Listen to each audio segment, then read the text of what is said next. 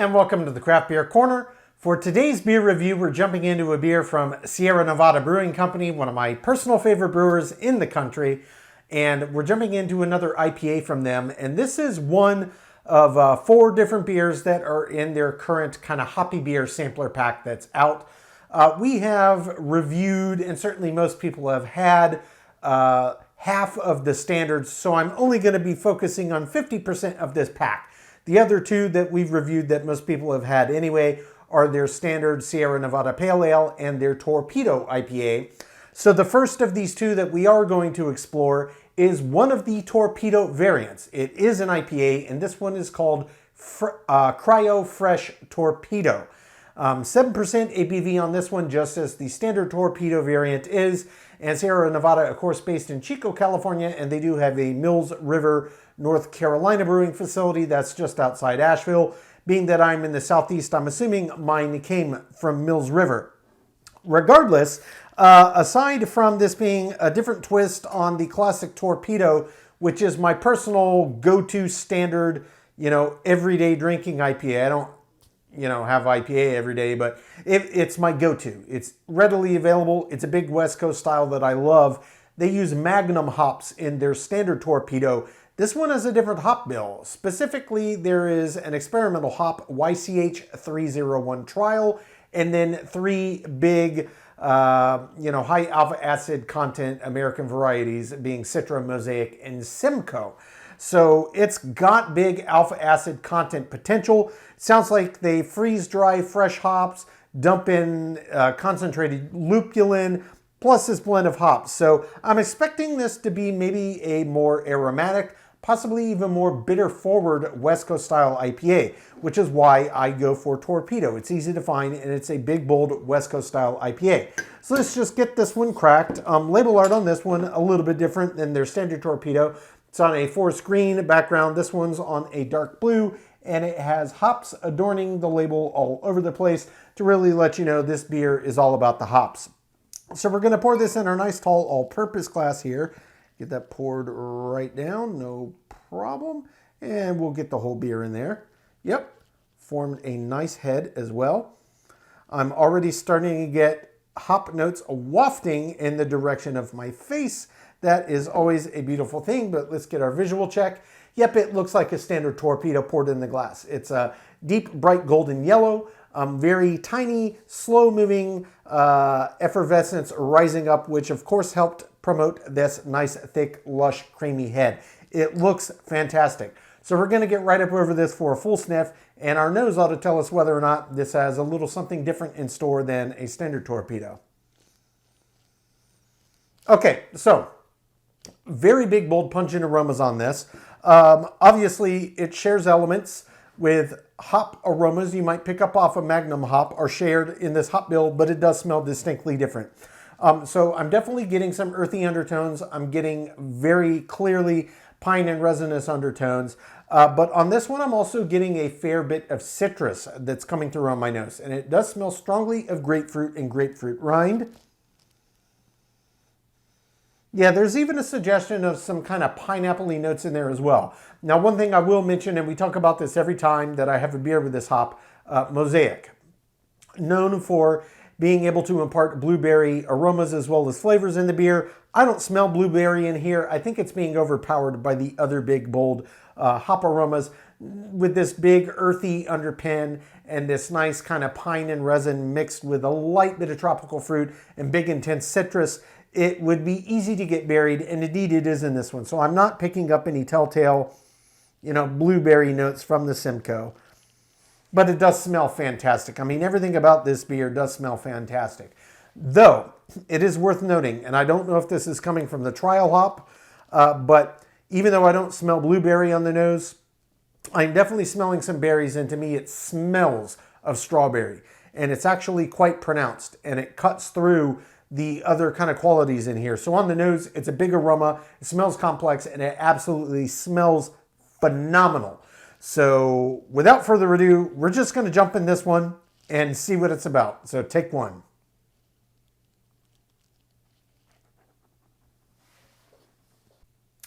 That's nice. Okay, so first things first, body and mouthfeel. The body on this actually really just feels medium to me. You know, it's a 7% ABV IPA, so it feels basically what you would expect. Some may feel a little lighter, some may feel a little heavier, but this to me feels appropriate for the ABV range. I would say it's straight down the middle of the road, absolutely average for the body. The mouthfeel is the same story. It's got the right amount of resistance for the ABV range and for the beer style it is. It doesn't feel overly thick, it doesn't feel under thick, it just feels right down the middle of the road. So perfectly within range and expectations for the body and the mouthfeel.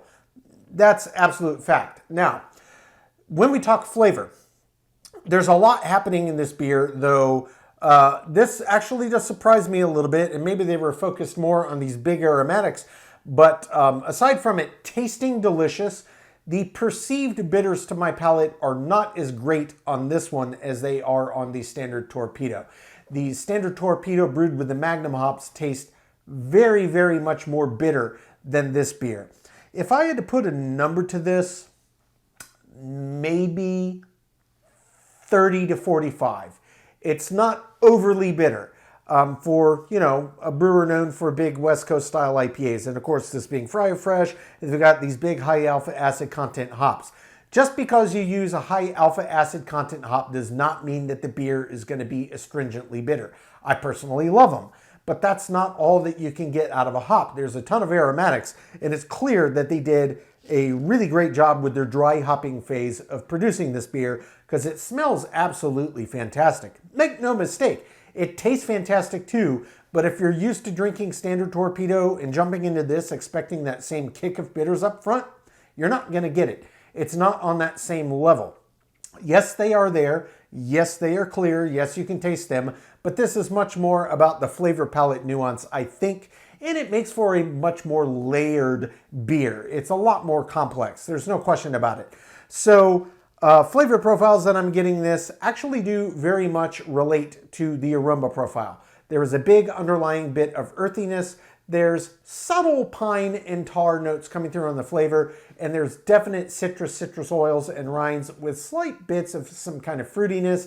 It doesn't really taste of pineapple. It doesn't really taste of passion fruit or papaya. No real tropical that I can pick out, but it also doesn't taste like berries, even though I'm getting kind of tropical fruit aromas and strawberry. There's a fruitiness to it that doesn't taste citric, but on first sip, I couldn't pinpoint it. So naturally, I've got to jump back in for a second sip, which we would do anyway. So I'm going to let everything re-intensify, pick it apart, see if I can get exactly what that kind of fruity accent I'm tasting is that I can't pinpoint. Then we're going to talk about the balance of the finish. So take two.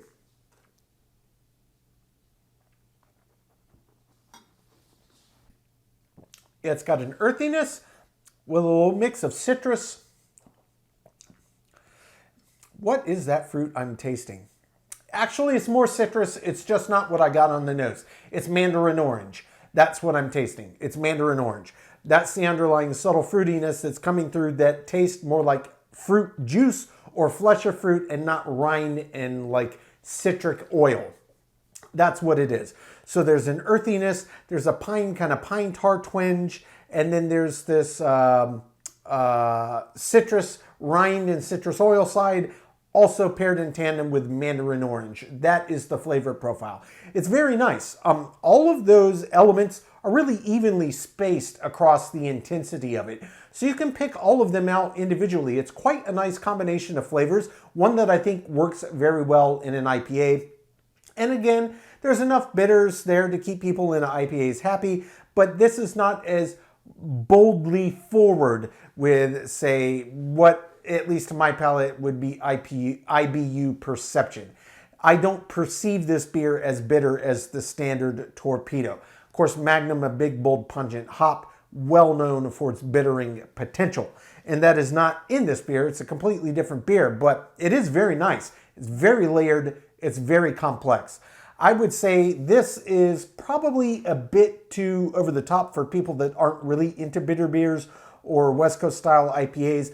But if you, as I, crave the bitters, maybe you would be hoping this would be a bit more bitter than it is. So Grain of salt, take it for what it's worth. That's what I'm getting out of it. So let's talk about the balance.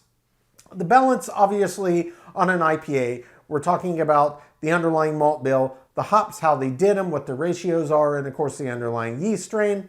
In this one, the malt bill is subtle. It's got kind of a classic, just kind of stay out of the way kind of vibe that's more kind of bready than anything, to let the hops be the star of the show, which is my personal philosophy on an IPA. It's a beer style all about the hops. So this is packed full of layered nuance in the aroma and the flavor profile, and it's absolutely delicious. Could I use more bitters? Yes, I could say that about pretty much every IPA I've ever had. But do I feel like it's lacking? No, I don't. I think it's a very, very good beer. I think it's a really well put together beer, and it's certainly a complex and nuanced IPA that if you're into really digging into aroma and flavor profiles, you're gonna really appreciate this one. There's a lot to discover and explore. Of course, everybody's palate is different. So balance, yeah, I think they nailed it. It's a great balance, and whatever the underlying malt bill is, it works really well to let these hops be the star of the show. In terms of the finish, I would say this is really just high end of average. It's not as long as you would expect coming from Sierra Nevada, it being in the torpedo nomenclature. You would expect a lot more pressing, lingering bitters on the palate that really drives it out. That doesn't happen here. It's high end of average, but it's, like I said, it's not even as boldly lingering bitters or intensity that you would get on a standard torpedo, and that does have an impact on the length of the finish. But in terms of texture of the finish, it's wet and round all the way to the end. It's very nice, and what you're left with lingering on the back of the palate before it's finally gone is a combination of earthy and those slight kind of pine and pine tar twinges. It's absolutely delicious, guys. This is a great beer. I love the nuance. I love the balance. I love that they're throwing in some experimental hops in the mix. This is very well put together. I'm going to take my time, sip on this, come up with my scores. When we come back, we will get this beer ranked from top to bottom.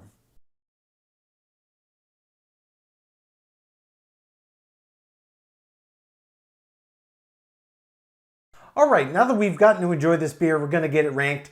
This was Sierra Nevada Brewing Company's Cryo Fresh Torpedo, an IPA that clocked in at 7% ABV. Sierra Nevada is based in Chico, California, but they also have a Mills River, North Carolina location. So yeah, very good beer, guys. This was one of two I'm going to review out of their current Hoppy Beer Sampler Pack. The two that I'm not doing, I've already done in the past, are their standard Torpedo IPA and their Pale Ale. Most people have had both of those, but this is the first of two of the beers in that sampler pack that has 4 different beers in it we are going to be focusing on. So let's just go through the scores from top to bottom. Fair bit to talk about here, and we will get into the details. So starting with the aroma on this beer was absolutely amazing. It was very pungent. It was extremely layered and nuanced. It had a really nice aromas popping right out of it from multiple different kind of aroma trait sides that you could pop out of hops. And they did use 4 different hops, and they made use of the hops and clearly focused on dry hopping on this beer. The aroma was absolutely incredible. I did give it a 10 out of 10. For the taste, overall, I really liked what I tried. The flavor profile was equally as nuanced as the aroma. There was a lot of really interesting flavors popping in and out. The only thing I could say about this was for a Sierra Nevada IPA, and it's not trying to be a New England style, I really would have appreciated a bit more bitters to come through to at least, not saying you have to make it identical to Torpedo, obviously a different beer, different hop profile, but you know, maybe a little more, a little longer in the boil, extract a bit more alphas out of it. That was the only thing for me that I found myself craving in the flavor profile. I did dock 1 point. The taste gets a 9 out of 10. For the body, nothing wrong with the body at all. It wasn't heavy, it wasn't light, it didn't really deter from the norms. It was just middle of the road. The body gets an average score of 5 out of 10. The mouthfeel really mirrored the body in that respect. It had the right amount of resistance, it wasn't too thick, it wasn't thin, it was just middle of the road standard average. The mouthfeel also gets a 5 out of 10. For the finish. So the finish on this beer I expected to be longer than it was, especially on first sip, but it really didn't have the staying power. It didn't have the drive from the hop bitters to help push it out, which I did expect being a Sierra Nevada West Coast style IPA brewer, you know, with the Torpedo in the name. The standard Torpedo has a far longer finish than this one did. That being said, it was a very nice finish texturally, and flavor-wise that was lingering as well. It just didn't last as long as I was hoping because it didn't have that intensity bitters to help drive it out.